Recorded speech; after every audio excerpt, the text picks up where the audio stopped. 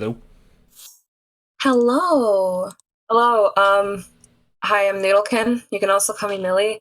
I make art sometimes. I will make maybe 20 videos in the span of a month, and then I'll go radio silent for the next 4 months. I will make one video in the span of 12 months and then never upload again.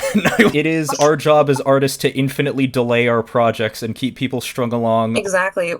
Every time somebody asks me when Heartstrings or another PA level or any of my other projects are coming out, it is delayed by 1 day. We are currently at 5 years Hell now. yeah! The 5 years.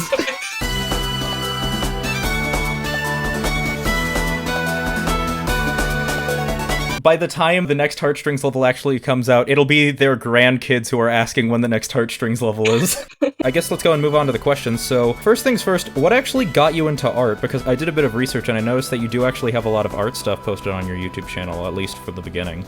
My God, not just from YouTube, but I started posting my art online since I could first get my grubby little hands on a keyboard and a mouse. I remember I would sneak on my parents' computer when I was like in middle school to like post my stuff online. I would get a little flash drive, I'd put my art on it, and I would go to my dad's computer and plug it in and post that stuff online. I've been posting since like 2013. A lot of my really old stuff you can still find on my DeviantArt, and I haven't deleted a lot of it purely for archival reasons. I respect it.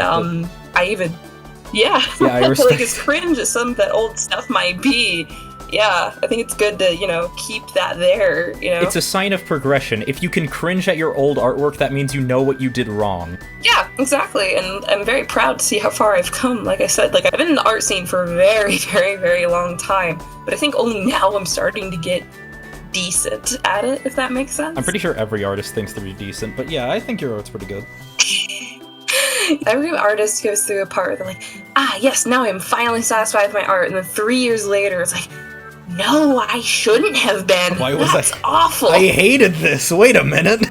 Yeah, but just like you said, if you're cringing or if you don't like it, that's a sign of progression. It's a sign of growth. Don't kill the part of you that cringes. No. Shoot, I butchered the quote. Damn Try it, no. again. We can cut that out. Don't kill the part of you that's cringe. Kill the part of you that cringes. Yeah, cringe culture is dead. I still have Among Us OCs. I don't fucking care anymore, dude. Cringe culture, dead. I got my Pokemon OCs. I got Among Us. You think I care? I do not care about cringe culture anymore. I'm doing a school project, and I unironically have converted a part of it into talking about Five Nights at Freddy's and Undertale. Hell yes, What? that is a power move right there. You gotta own that. No, you know what's an even bigger power move? One of my sources, which I really, really hope my teacher's gonna approve of, Dawko's interview with Scott Cawthon. It is a 90-minute interview. Where else am I going to get information that good on Scott Cawthon?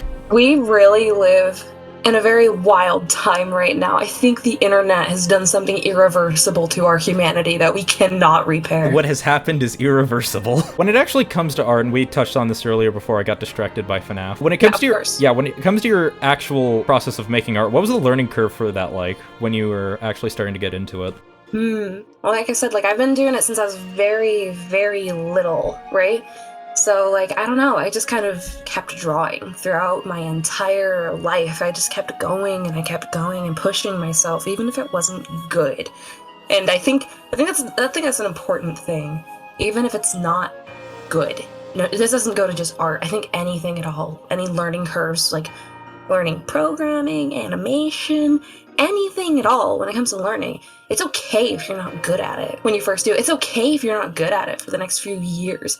It's okay if you're not good at it for a long time. But I think it's that determination and persistence. The learning curve, it's a little bit different for everybody. There are some artists who are maybe 14 or even 13 who are now drawing how I am. It's insane. There are some incredibly talented people out there. The learning curve is definitely different for everybody. And I'd say for me personally, it was a gradual slope. That's how I would say it. And I wouldn't say it's a curve. I'd say it's more stepping stones. You just gotta learn a little bit more as time goes on. You learn to add different things to your own work, to your own art. You see something you like, yeah, you're gonna add it. You realize a mistake, yeah, you're not gonna do that anymore. It's very gradual. It's a very, very long staircase, and I don't think any artist will ever be able to get to the top of that staircase, if that makes any sense. The hypothetical top of that staircase is basically perfect art, which, unfortunately, art actually peaked with the release of Hollow Knight in 2015, 2016. Oh, yeah. So, the artist community may as well give up now. They're not going to get anywhere, but they can always get close. We can never perfect the beautiful art that is Hollow Knight or Team Cherry, but we can certainly try. Yes, of course. Love little homicidal bug people. I love them. Yeah, no, I believe that when Silksong comes out in 2023, January 1st, that's my official prediction, that Team Cherry will... Optimistic. Alright, January 2nd, 2023. That I believe this game will bring about an entire revolution in the art community. Frankly, everything we know, from animation to game design, is going to be completely turned on its head with this game. This is the second coming, but in video games. It's going to be like the Renaissance 2, Electric Boogaloo, Escape to Africa. It's going to be insane. Demonstrably impactful on a scale that we will never be able to comprehend. What about Five Nights at Freddy's 10? Have we gotten to 10 yet? Okay, let me see here. So we have 7, then we have Help Wanted, which is 8, and then we have Security Breach, which is 9, but Security Breach isn't actually done yet. It's still in beta, so yeah, we're on 9. Is it technically still in beta? I mean, it's not, but I like to consider it that way because it helps me excuse the fact that the game is not very... The game is buggy. It is so buggy. I love the aesthetic, though. It's kind of on point, though, not gonna lie. I love that FNaF experienced a renaissance because its game was so bad that speedrunners were able to basically turn it into an entire challenge. Beating FNaF Security Breach without encountering any bugs. Beating FNaF Security Breach, but I randomized the objectives. Beating FNaF Security Breach, but I beat the game in reverse. I feel like the first Five Nights at Freddy's was another art revolution that not even I could escape from. I don't think anybody could have escaped from it. Not game developers, not the genre, not indie developers, playtesters, let's players, artists. It was inescapable. I think it still is. We are still in the dark ages of Five Nights at Freddy's, but I think in the best way possible. Toby Fox and Scott Cawthon single-handedly ruined the 2010s. There's no other way of putting it. Undertale made my childhood. It's still good. Undertale made me. Undeniably. Oh, man. Undertale made us. Yeah, dude. We are products of a man who was chained in Andrew Hussey's basement. What has happened to it? Oh, we allowed this man to right. escape. Legends say that he is still in Andrew Hussey's basement. You know what, though? I think humanity has always been shit posters. If you look back at, by the way, sources from me, I saw it in a vision. If you look back at, ancient historians have actually uncovered evidence of old Romans and Greek people, like, they would write on the walls, like, my was bigger than biggest kiss, and then over there at the South District, man, I was here. I feel like humans are just programmed to be very silly creatures. I think it's a coping mechanism. It was Anubis and Bastet, like some people's like personas. When Moses and the rest of the Israelites had to escape from Egypt, it's because they were getting so sick of furries taking over their servers that they simply had enough of it. Oh my god, history's repeating itself. Oh no. Man. That's so off topic. We went from like the stepping stones and the learning curve of art to ancient Egyptians were furries. We were talking about inspirations for artwork. Who actually inspired your artwork back in the day, and who do you take inspiration from now? Bro, hold on. You're not gonna believe this shit. Have you ever played Pokemon Mystery Dungeon? Okay, in terms of games that I've actually played, I played the 3DS game. That's the only one that I actually played. I finished it. It was really good. Okay, I liked Super. it. And then I have watched Explorers of the Sky. So I would say actually way back in the first few games of Mystery Dungeon Blue and Mystery Dungeon Sky, you should be able to see like these full gorgeous like full body like artworks of like different scenes, right?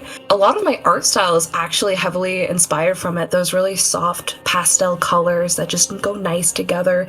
The way that the line work, it's still kind of crunchy. It looks a bit like pen brushes, the crosshatch shading. A lot of that has heavily influenced me. I want to say like some media has, but like I can't really think of a lot off the top of my head. I want to say like Miss Kobayashi's Dragon Maid did when I was a bit younger, but like that anime fell off, don't at me. I only watched season 1, so I don't know what happened after that. Good. I like to think I like to have a nice, very watercolory, just a nice color approach. I take colors very seriously and how they come together and characters and backgrounds and all that. I don't do much backgrounds anymore. I mostly work on character design now. Yeah, it's a nice skill to have, especially... I'll come back to that point in a second. For now, I believe you were in the DSaF community for a bit, because I noticed some DSaF artwork posted on your channel, too. I was in it for a little bit, but I had to leave because I did not enjoy being there anymore. I don't think I want to elaborate much further on it. I think a lot of it is that PA caught my eye a lot better, and I just really wasn't having much fun in DSaF anymore, and I felt like my creativity was really limited. I think I joined like 2019, 2 years. Then I left for a few months, and I came back in 2020. All of us are ancient at this point. We're boomers. I started making levels when I was in sophomore year, so that's like 3 months before COVID hit. 2019. Yeah, and then I'm still working on levels to this day as someone who is currently in college, and I just feel very old now. I know several members of the community that are now like in college and they're still making levels, and like I think everybody just kind of feels old now. I'm like scrolling through YouTube, and you know how every so often people will make these video titles that are like blank that you don't remember. It'll be the greatest game that you don't remember, and then it'll be a picture of Mario and Luigi partners in time. Yeah, exactly. Or it'll be something like Legend of Zelda, Twilight Princess. It's like, excuse me, I was a child when that came out. I very much remember all of these games. The forgotten Zelda game sold over 1 million copies. Yeah, for real though. In PA, like I could just, be creative. PA I could just is an art editor. Yeah. It's amazing to see how people's have kind of pushed the boundaries of the editor as of recently. Have you seen some of DiggyDog's work? Shout out to DiggyDog. Yeah, no kidding. Yeah, his work is incredible. He's an amazing inspiration. He's so great. I love his work. I just love how he animates a lot. It's just so nice. It looks so alive, so vibrant. And I know you didn't ask me, but I'm gonna say it anyway. DIY Damien. Hi Damien. He's also a huge inspiration for me and my work too. He was one of the few people who like really encouraged me at the start in making PA levels, and I feel like I owe a lot to him. He's a great guy. He makes great levels, great animations. He's just great. And like I said, Diggy is also incredible. I got to meet so many incredible, talented animators. It's insane. I'm like, why are you guys not doing this as a job sometimes? The fact that none of this is actually going to carry over into my career is pretty sad unless YouTube gets off the ground. I mean, it could go into a portfolio if you ever want to do an animation work or any animation things. Oh shoot, right, I need a portfolio. Do you really think they're going to take Broken Cycles Part 1 as an actual serious art project? I don't consider it serious art.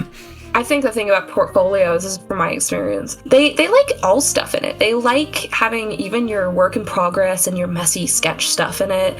And I think that includes work that you're not proud of as well, or stuff that you might consider not quote-unquote worthy to put in a portfolio. Portfolios are not all completed work, so I think you could still do that. Yeah, I have like storyboarded animations inside of my room just because it helped me with the framing of certain shots that I need for my storyline. They are not at all good, and I would not want anyone seeing these. I'm going to burn these as soon as I'm done with it. And it's a whiteboard. I'm burning the entire whiteboard.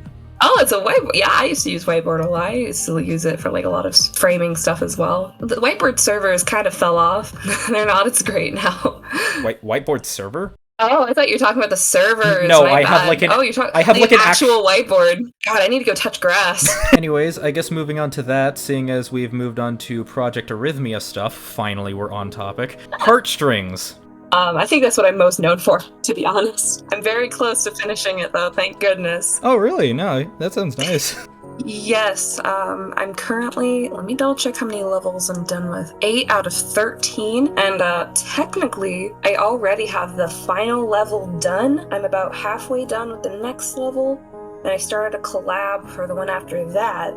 And then I'm going to be collabing with somebody else for the third to last level. I know, that sounds kind of confusing, but all will be revealed in due time. Any interesting developments that happened behind the scenes when you were first starting off, or like anything interesting?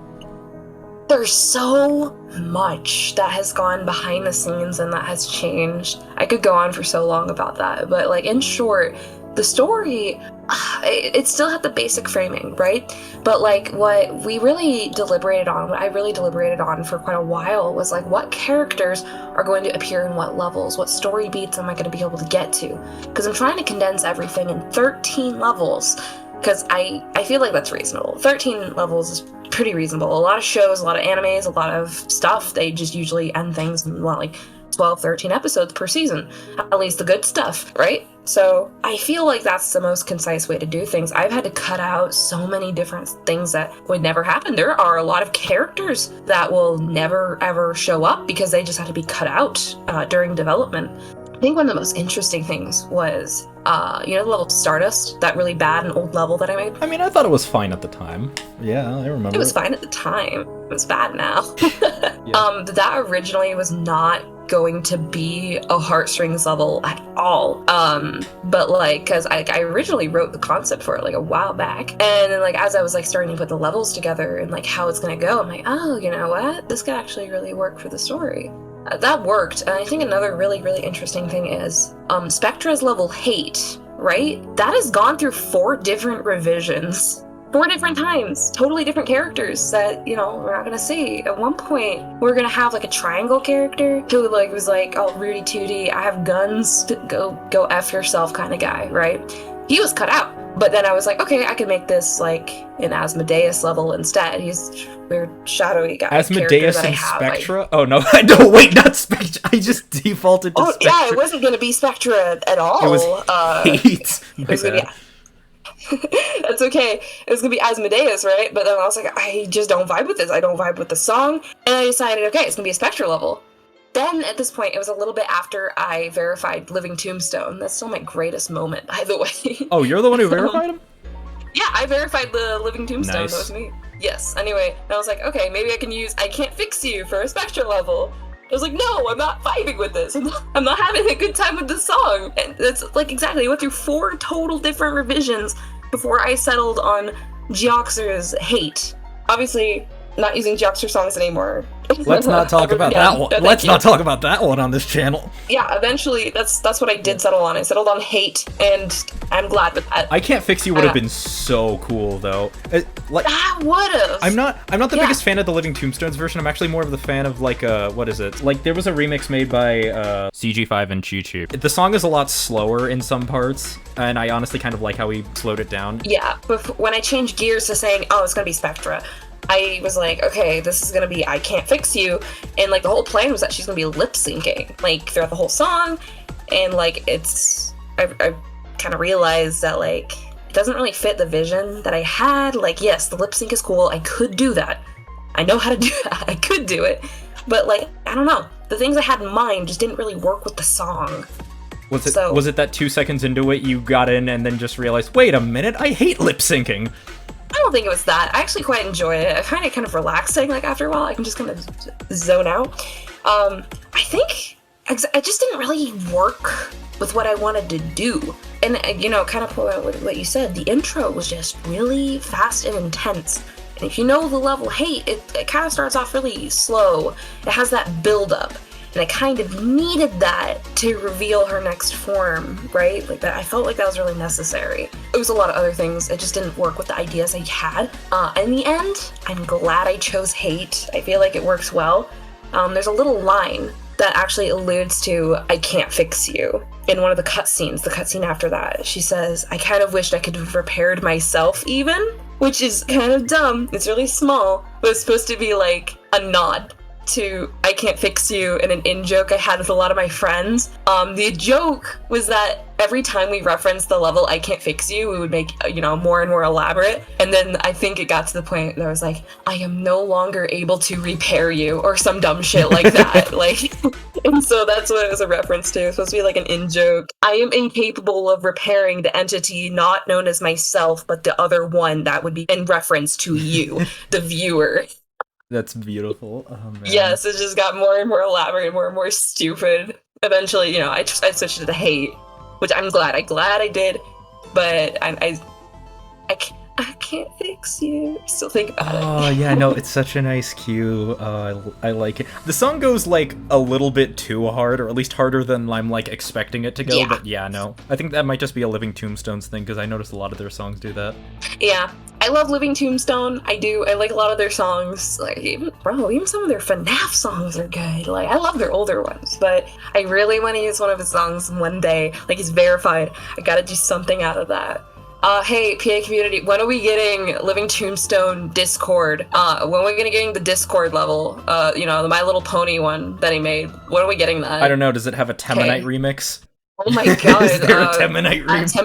Temonite, could you do us a quick solid and remix that really quickly? You don't even have to actually do it. Remix Discord.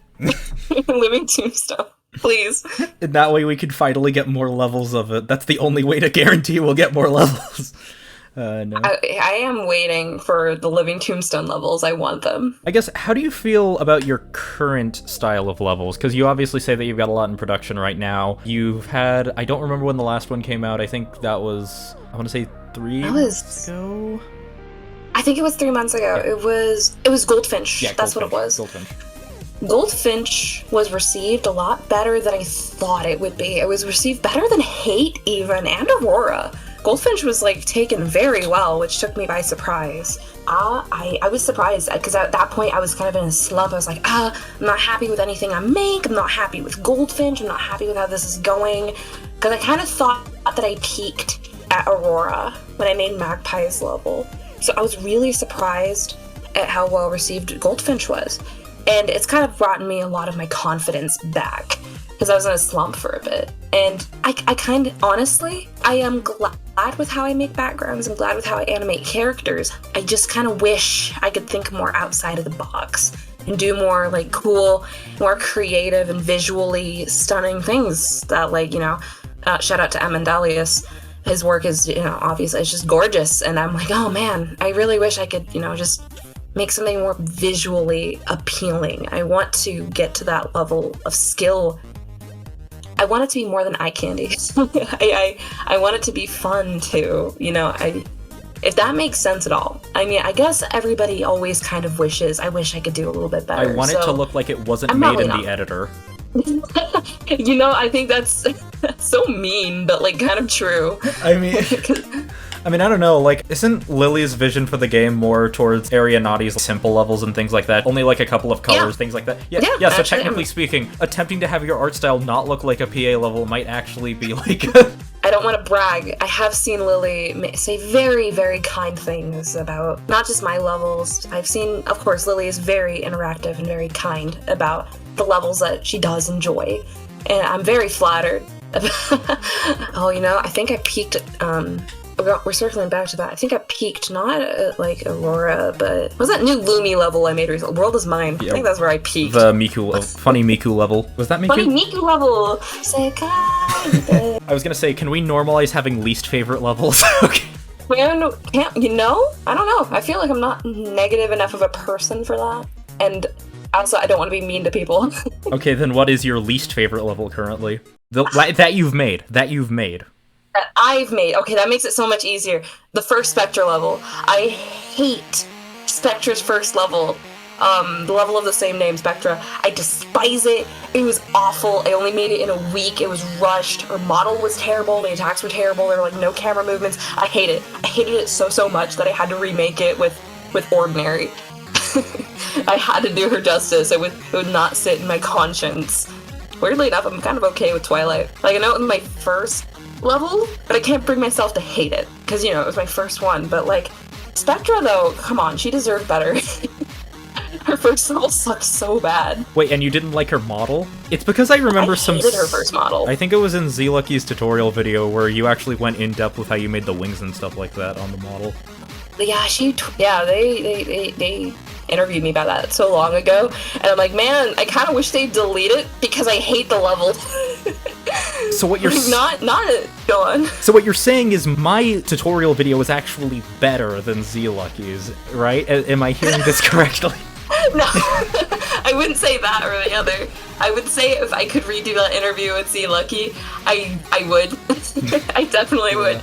Lucky, you deserve so much better than the garbage that I gave you. Yeah, no, because models have just gotten so much more detailed and fine-tuned nowadays, especially compared to, like, what, a year or 2 years ago? I'm much more happy with Spectra's newer model. I love it very much. I despise her old model. I despise her first level. I hated it so much I had to remake the whole level. I guess then, what would define a good and bad level in your interpretation, I guess? Okay, and I'm so not just talking about general? And I'm not just talking about yours, I'm talking about, like, any level in general, yeah. Yeah, that's fine. I think what constitutes, like, a bad level, and this could just boil down to somebody else's creative decisions, but this is just in my opinion. These are things that would make a level, just for me, not be something I would enjoy. Somebody else might, just not my cup of tea. These levels might be linear easings, only linear easings, not well-made character models, not well-made backgrounds, not a good choice of colors that will clash a lot. Might I introduce you to my storyline? I don't know color theory at all. Expect the most saturated colors. No camera movements, no minimal to no effects being used. I think a good example of this is Twilight. Twilight was terrible. Twilight is everything I don't want to see levels be. Same with Spectra. It's everything I don't want to see levels be. And like I said, it just might not be my cup of tea, but, you know, if you hit all of those bullet points, not just you, but like anybody, if you hit all the bullet points, no camera angles, only linear easings, bad rigs, dialogue that goes really fast. That's like a weird common occurrence that I see, like really fast dialogue. I don't know why that ticks me off. It's a very dumb thing.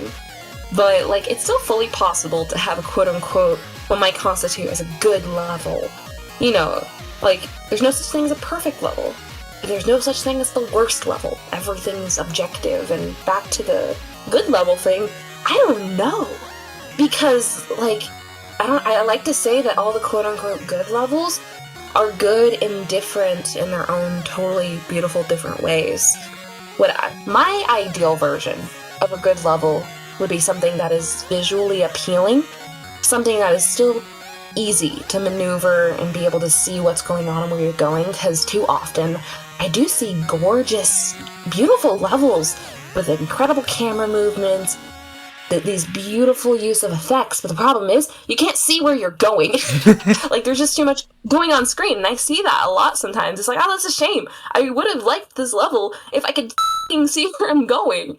And exactly, that's a big thing in gameplay, having the player be moving somehow, you know, not just sitting there. It's a broad range of what I could consider to be good and bad, because, you know, you could be bad in one way, but that could be incredible in another, if that makes any sense at all. What would hypothetically get on someone's case more? If your gameplay is bad but your visuals are good, people are gonna obviously have different interpretations for which one matters more.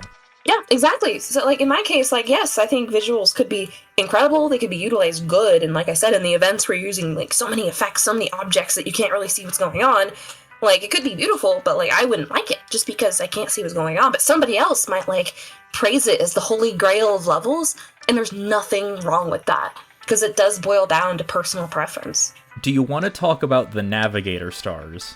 Because I don't know how... You'd have to go to DXL. Oh, okay. I just remember that because I completely forgot about the Navigator stars during DXL's interview, and I'm just like, well, that's never getting mentioned again. I wasn't sure. Well, I do know a good amount about the Navigator stars because I bother DXL a lot about them, like, a lot. I don't know if this is known, but I do have, I technically have 3 Navigator star characters, all with the DXL seal of approval. Verified. Yeah, they are verified by DXL and Dukums. Oh my god. I think DXL has like a level collection, and it includes Heartstrings. And I think some of Dukum's and Galactica's levels too. Didn't he make like a purely timeline? Because he made like a timeline. There is a timeline. Yeah, it's an entire timeline of. It is. It's an entire like cinematic universe. It's insane. Like it's so cool, and I love working on it with DXL, Dukum's. It's so fun to like just work on it together. It's such a funny little concept. I love it. Legitimately, it's the kind of stuff that I'd love to do if I could actually like finish what I start. The 50 or so work-in-progress levels that I have sitting in my folder, just never getting done. I feel that, though. I really do. Broken Cycles Part 3 was started almost a year and a half ago. Hey, man. You can always ask other people to collab. I can't collab because I'm having a lot of, stuff going on in real life. But, like, it's... reach out to someone, be like, hey, want to collab with me, and just trick them into doing half of your level for you. I'm joking, of course. Yeah, that's what I'm doing with Diggy, but back to the point, I think. Yeah, no. Sorry, Diggy. I straight up told him that's what I was doing, and he's just like, I'm sure he's not being serious. Diggy, you don't understand. Broken Cycles is currently over 50 levels. You're doing all of them. Sorry, Diggy, you got conned. The issue with that is that every collab I've ever touched dies, and if you want a good example of that, the first major collaborative event that I ever participated in the PA community was Pascal, and we all know how that ended, to anyone who was old enough to be here for that, which is that it didn't. I remember it Pascal. Never ended. Yeah, it was a lot of like ideas and concepts going around that like nobody could just like fully execute or finish up, or like nobody's schedules worked out. It was just a mess. Nobody could finish anything, I guess. Yeah, it sucks when that happens. Hey, we have Enchan though. Yeah, I guess we did get Enchan out of that. Definitely not like I'm trying to secretly overthrow her to become the new mascot of the editor. No, I would never do that. It's not like Phase 2 It's not like Phase 2 started like 3 weeks ago or something when my character got added onto it, and I will slowly expand from there. That's epic rap battles of history, Enchan versus Mountain. Oh, no. Dude, those epic rap battle things are so dumb. They were so dumb that they were my childhood. I never got into any of them, but I used to hate them, but then I came around to liking them after I had to do one for like a school project, and now they just sit there in my memes folder as the greatest form of music. God, your school did that stuff too? They didn't like force me to do it. We could have technically done something different. We just felt like being special that day, because it's senior year. You're gonna do whatever you want. If you were to go back and change anything about Heartstrings or your art style, what would it be? I would fix the pacing issues in Heartstrings. I feel like the story starts way, way too slowly. I would have to cut out a few of the levels. I would probably cut out like a few of the cutscenes. I would condense some of the boss fights to be like maybe 2 bosses per level. I would have condensed the story a bit better in the first half, because I feel like there's some serious pacing issues where like the story doesn't actually really pick up until like level 6 or level 7, and I feel like that's a huge problem. That's what I would fix if I could go back and do that. The fact that to this day I still have not seen the entirety of Twilight but still know the entire story is just kind of impressive. That I skipped part 1 and still got it. I don't know if, a lot of people skip the first level. Yeah, just go right to Spectra, a level that everyone loves. Or to Ordinary.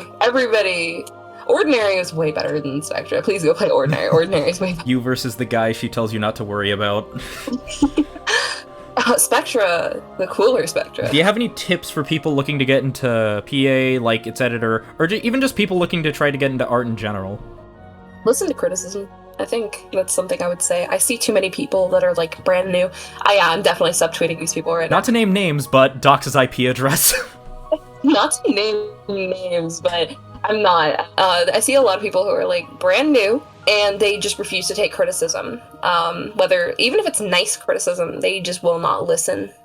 They just refuse and they don't learn, or they stagnate. I do see this an unfortunate amount, but it does make me happy when I see people like actually take criticism, and it makes me so happy when I see people like take it in a graceful way, and they actually learn and they actually get better, and it makes me so happy. That's advice I would give. Take criticism, and I feel like don't be afraid to put yourself out there.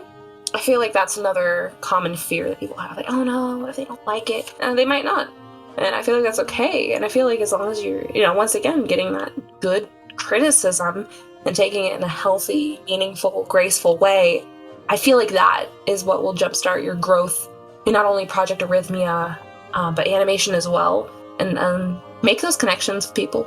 Talk to people. That's an important one too. Yeah, no, I get that. It's like, but what if they call my art cringe? If they tell you why it's cringe, then you know it's good criticism. If they tell you why your art is they just say it's cringe. But they explain it. And if they explain it in like a 5-paragraph essay, then yes, you know it's good criticism. Yeah, and I remember a lot of the people that I'm still friends with to this day that I first met in the community, they gave me kind and warm criticism, and yet at the same time, they still encouraged me to keep going, and they would just give me little advice as time went on, and I always, it never really left my head. Like I said, I'm still friends with these people. The first few people that did want to actually reach out to me, and those are the ones that I'm sticking with, because they were patient with me, and they did not give up on me. And I feel like that should go the same for not just saying this to new people, but to veterans in the PA community as well. You have to nurture that creativity, because it's possible to see the promise in people, even if they don't see it in themselves. And it's unfortunate. I do see people just being shut down without criticism, and that can be really scary and intimidating. I remember same thing happened to me. And when those new people pop up and they're trying their best, all you can really do is just give gentle criticism and encouragement and hope that they'll take it. It's up to them whether or not they grow from it. Yeah, watching people improve is really fun, because you're literally just watching someone slowly get better and better. Especially when you, like, remember the first time you saw them. There's, like, a little not very good piece of artwork even back then, but you still found something unique about it, and then you just see them now, and they're the next Van Gogh. Yes! Shout out to Technado! That's exactly what happened with him. Oh my god, the improvement! The improvement over the years, like, watching him grow was, like, incredible. And then he died. Yeah. And then he died. Many have died. There have been several accounts of arson and larceny and tax evasion. But, you know, the growth did happen. We broke a couple of Geneva Convention rules, you know, just a little bit. Yeah. It was one time. Few, you know, maybe 2. You know, nobody's counting. Yeah. Did you ever expect or even want your art to get as popular as it is today, or even just to get this far? I feel like when you first start, then yes, you want to get popular, you want that to be known. But then, like, if it was kind of exponential. It kind of snowballed, and I feel like it kind of harmed me. I feel like it kind of emotionally drained me, because it put a lot of expectation on me. And I feel like it can do this a lot to other creators if they're not emotionally prepared. I kind of had to learn and equip myself very quickly to handle that sort of popularity at a very rapid pace. I feel like I wasn't ready at all. So now I'm just, you know, taking it easy now. I'm just vibing, doing my own thing now. You know, if people like it, you know. If they don't, okay, whatever. But for a while, I was very self-conscious. I was very thinking all the time, like, oh my gosh, what can I do to satisfy the people who follow me? What can I do? Oh, everybody has their eyes on me at all times. It was so stressful.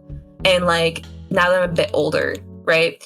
Like, I kind of wish it didn't snowball as quickly. But, you know, that's not really something you can control. And I don't think I have any advice for that. I think it's just like a matter of being emotionally prepared for that, knowing that like you have people watching you, whether you like it or not. Yeah. I get that. This is just like Scott Cawthon's Five Nights at Freddy's. Yeah. No. We already did the bit. We did it twice. This is literally just twice. Turning No. Forget Project Arrhythmia. This is officially a Five Nights at Freddy's podcast. Hey, hold on. We can actually make Five Nights at Freddy's levels. We have Living Tombstone verified. We can do it. Oh yeah, no. I need to. The fact that I have... Let me think here. I had 2 FNaF levels planned out. No. Neither of which are going to see the light of day in the next 5 years, if my level making speed is any indication. Unless... Why can't I fight Freddy Fazbear in Project Arrhythmia? What the f***? I've already seen, like, some PA models for FNaF characters. I don't know how far they go. Dude, if I'm going to model the purple guy, I'm just going to use his 8-bit sprite. I'm just using image to prefab at that point. That's kind of like the only way you can do it. That's the best way. Yeah, no, and it's fun. Oh, man. Mangle is the best character, by the way. Watch me make a Mangled model. Puppet's where it's at. I'm gonna be real here. Puppet's awesome. Fair. Opinion is valid. Anyway. Oh yeah, I wanted to do a level based off of the FNaF 6 ending just because it looks really cool, but my level idea would require free cam, so if we can get free cam in the next update, that would be great. You know, I really hope. I'm praying and got my fingers crossed. Yeah, alright, okay, back to, like, actual... Let's... Oh my goodness. I guess that's about it. Any other thoughts or comments? I think any closing thoughts I may have, don't give up and be open to criticism. And I don't know, I'm not very good at this stuff. I don't know, you find the meaning in it somewhere. I'm not telling it to you. If I may say one thing, I believe your peak work, like the peak of your artwork, came in from the Heartstrings prologue, but I summarized it really poorly. I believe that was the greatest work of art that I have ever seen from you. It's Heartstrings prologue, but I'm a tired pessimist who doesn't believe in myself anymore. Yes, absolutely. I need every storyline summarized. We need Five Nights at... Guys, let's do Five Nights at Freddy's. Oh my god, this is really coming back to Five Nights at Freddy's, isn't it? No, dude, I'm rebranding. We gotta do some emergency rebranding. Oh, no. Yeah, hold on. Where's Dicky Dog? Are you gonna make those Five Nights at Freddy's models yet? Oh, no. No? Where's my Spectra model? I wonder when I'm editing this video how much of this is going to just be Five Nights at Freddy's content. This is going too far. I hope we can maybe we can have like a blooper reel like at the end that's like nothing but us talking about Five Nights at Freddy's. Blooper reel? No, this is going in the actual thing. They're going to have to put up with me complaining that I had an entire timeline written out in a Google Doc and then I lost it. And I don't even know how I lost it. It just wasn't there anymore. That sucks, dude. I want to see that. I got all the way up to William's first victim, and then I skipped ahead to FNaF 6 because I couldn't figure out a good way to actually explain who the first victim was. I think it was a tie between either... It wasn't the crying child because of Psychic Friend Fredbear. It wouldn't have been Charlie because the security puppet was there, meaning William was already doing some pretty shady stuff. And then I don't think that it was the first 5 victims because of Chica or something? It might have been one of the first gaggle of kids, I'm not sure, but yeah. The gaggle. The children gaggle. The gaggle of children. Was that the bite of 87? Hold on, that impression was spot on. Good job. Hello, everybody. My name is Markiplier, and welcome to Five Nights at Freddy's, an indie horror game that you guys have been recommending. You lost it. Damn it.